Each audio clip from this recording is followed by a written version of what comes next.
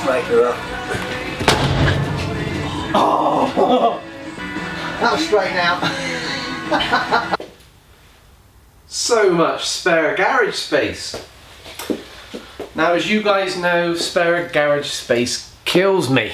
And it's been 7 long days since my garage has been very, very empty. So I've got myself some keys, got a new project car. Let's go and have a look.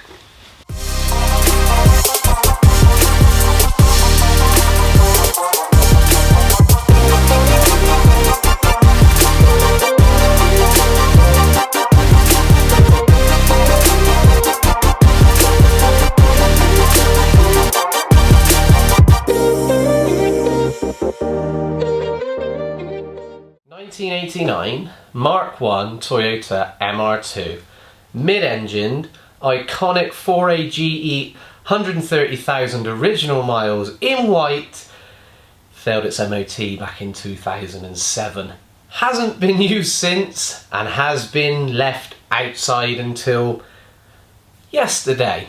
And the list of the failures is relatively really long. But work has been done in the last 12 years by the previous owner, so it's not as bad as it really seems.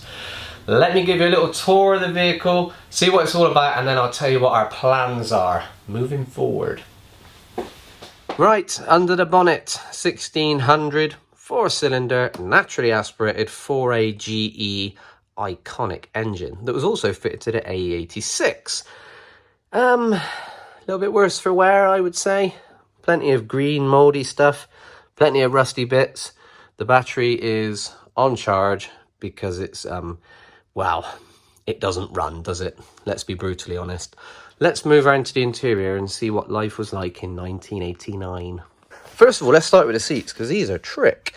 We have got adjustable base, and we've got adjustable lumbar support, and the side bolsters, you can move them in and out.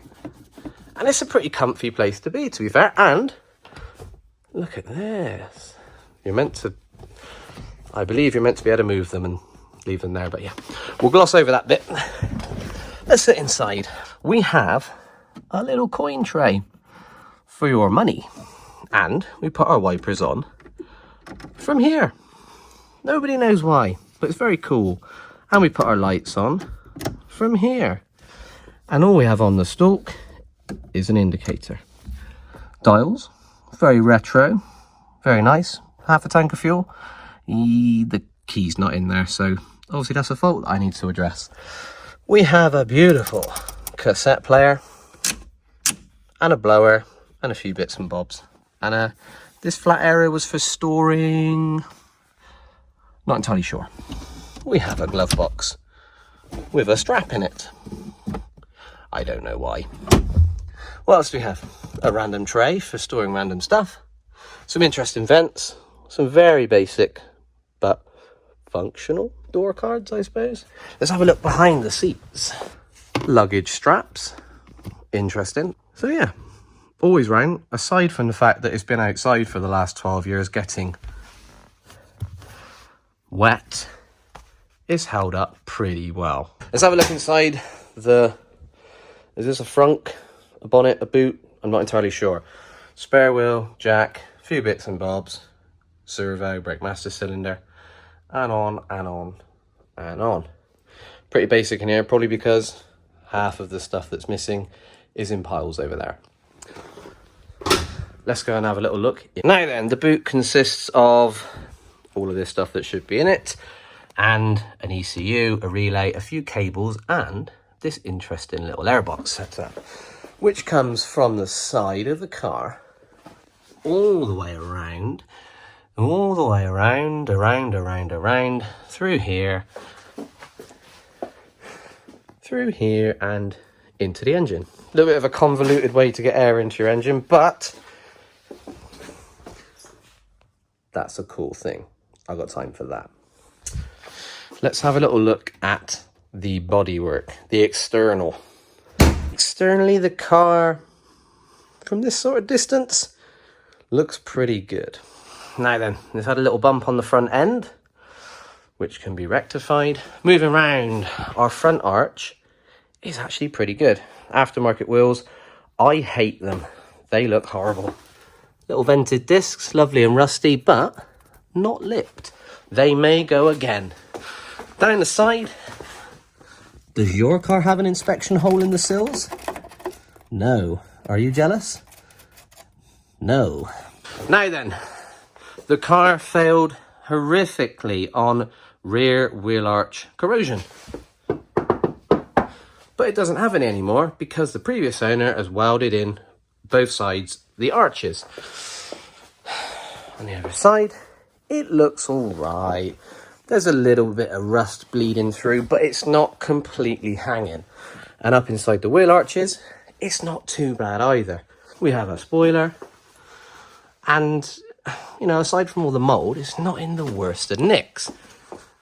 The other side, we've got another solid arch. Trim panels missing, they're all over the other side.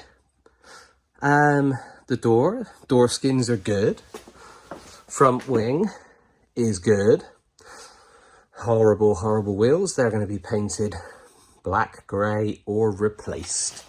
Moving around the front, the iconic pop-up headlights. Who doesn't love pop-up headlights?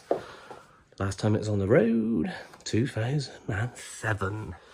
Yay or nay? So there we go. I think it's got real good potential, to be fair. Now let me give you a bit of a backstory on this car. I shook hands with the previous owner to buy this car 18 months ago.